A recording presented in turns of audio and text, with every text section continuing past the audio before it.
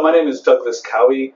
I teach American literature and creative writing in the English department at Royal Holloway, University of London. I've got 5 things I want to talk about in relation to creative writing. They're all kind of general. I'm going to talk about them in terms of fiction writing because I'm myself a fiction writer. I mostly write novels, and so those are going to be my examples. They're going to come from fiction, and the terms in which I talk will be in terms of fiction. But again, I think these things are all applicable to other forms of writing, not just fiction, with some adaptation. So the 5 things I'm going to talk about are reading, which is the most important thing, I think, writing, experience, writing, again, and process. I put writing in there twice, and I hope it'll make sense why it's not really cheating. There's 2 different ways I want to talk about writing. So the first thing is reading. I think the most important, absolutely the most important thing for trying to learn to write well is to learn to read and to learn to read well. And I think that's a difficult thing sometimes to do on one's own, is where a teacher is probably the most helpful person in the process, because a teacher has more experience of reading.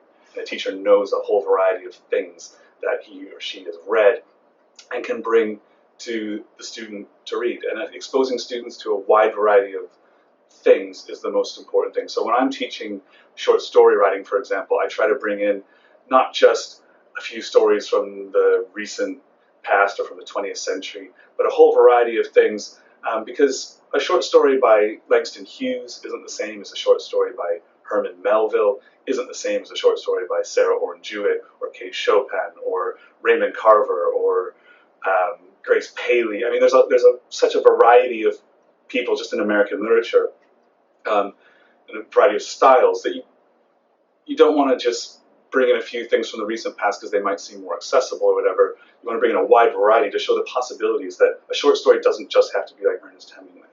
So that's kind of what my overview of writing, or excuse me, reading for writing, I suppose. I want to move now to writing, and writing part 1 is really writing from reading. And I think that's a strange thing to do, to write from reading, even though reading is the most important thing you can do as a developing writer, which everyone is for their whole lives. There's a very big temptation, I think, in teaching creative writing to read a story or a poem or whatever, and to then say, well, let's write in the style of this. Let's write a short story in the style of Raymond Carver. And I think that's tempting because it seems easy, and I think it's wrong to do because it seems easy and because it's hard, if not impossible, and why would you want to just write that way anyway? There's a much more interesting thing that I think can be done with writing from reading, and it's to actually just literally copy the stuff that you've read. If a student likes a particular thing, or if there's a particular thing that a teacher thinks does something interesting that's worth learning, have students copy it out word for word. A whole paragraph, 2 paragraphs, a whole page, a whole short story. If it's not too long, you wouldn't want to do a whole 30-page story, but maybe you would. Because if they copy it out word for word, punctuation mark for punctuation mark, they'll see what it's like to write those sentences and how those sentences move and how they have to stop partway through them while they're writing them to gather their energy up or whatever and complete them. And they'll start to see how those sentences make sense together and how they contribute to a paragraph, to a story. It's an extremely useful thing to do. So the third thing I want to talk about is experience. One of the most overused sentences in the teaching of creative writing is write what you know. It's overused, it's misused. I don't think it's even very helpful, because I think it seems to suggest that you should just think about what you've already done and use it for your own writing. And I don't think that's very helpful, and that's definitely not what I mean by experience. There's lots of different types of experience. The experience of reading, which I've just talked about, is a very important experience for a writer. So is the experience of having an interest and going out and learning more about that interest through various types of research, whether it's going to read more, whether it's going to do more, whether it's going to talk to someone, whether it's watching a film or whatever. There's also just the experience, your autobiographical experience, the things that you go through that happen to you on a day-to-day basis. But that doesn't mean that you just copy your own personal experience autobiographically onto a page and call it fiction, or call it a poem, or call it a play. And I think that's one thing that's very difficult, especially for young and inexperienced writers, to understand. And so when thinking about how to use experience, I think it's first of all worth foregrounding it in the way that I just have, as a variety of different things. Second of all, I think it's worth really using that autobiographical experience and thinking about how it translates into fiction. So it's worth asking a student to think of something that happened to them in the last day or two, something not profound, because people always go for the profound things. What's a small thing that happened? And just write it down as it happened. And then to think about what is interesting about that thing that happened. What was compelling enough about it to write it down in the first place to you or to them, the student. And then to secondarily think about what might be of interest to it to someone else. The next thing, which is writing part 2. And this is writing from experience. If you've started to develop some style by copying things out, by thinking about how sentences go from one sentence to the other, how paragraphs create meaning and so on, you can really start to think about how experience or experiences translate into creating a coherent work of fiction. The way that starts to happen is by thinking really basically every story in whatever form has a beginning and a middle and an end.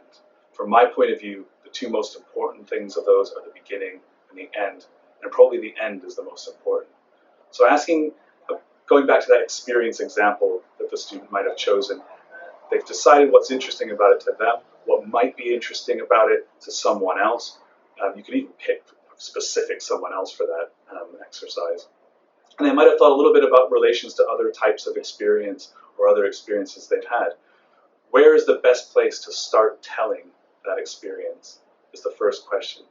There might be a lot of different options that they might want to choose. Where is the best place to end the telling of this experience so that it still has interest and meaning and mystery behind it? When those two things are in place, they can start thinking about the events that will connect the beginning and end and form that middle.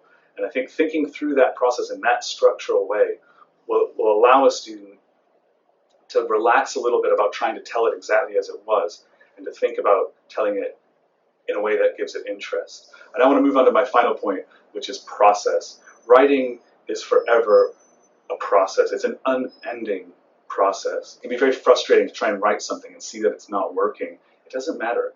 You can always come back to it. You can always start a new story. And if you think about writing as a process, you start to think as you're working through a story about those questions that I asked about reading, the questions that were asked about writing for reading, how did this writer do these sentences and so on, the questions that were asked about experience, what's interesting about this, why is it interesting, the questions that you ask about the writing from experience, about why am I starting here, why am I finishing here, how is it going to work. Those questions are continually asked all together, against each other, along with a lot of other questions about should I put a comma here, should I put a full stop, what word should I use here, do I really need this adverb, do I need a better word here. All those questions are part of a process that is significant in and of itself. The end product of it in some ways is far less significant, particularly for learning writers, than that process of asking those questions and asking them seriously. It's hard work. So those are my 5 key things about creative writing. Reading, writing, experience, writing part 2, and process.